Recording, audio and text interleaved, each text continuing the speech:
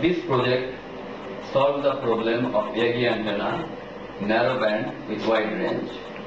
Think that you want 1 MHz bandwidth Yagi antenna into full FM range. Then you need 20 antenna and huge cable. It's just a mammoth task.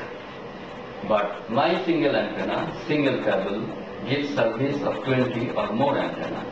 As I say, my antenna solves the problem by reducing huge task, cost and technical problem. I used a servo motor, bezel gear set, threaded rod, connecting rod, servo control circuit and bearing channel.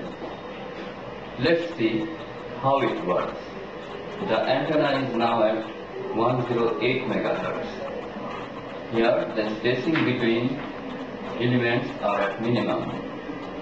Reflector, dipole and director are also at minimum length.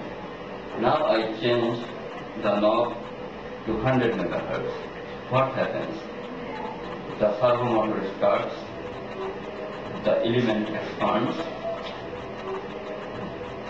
and the spacing between the boom section also expands.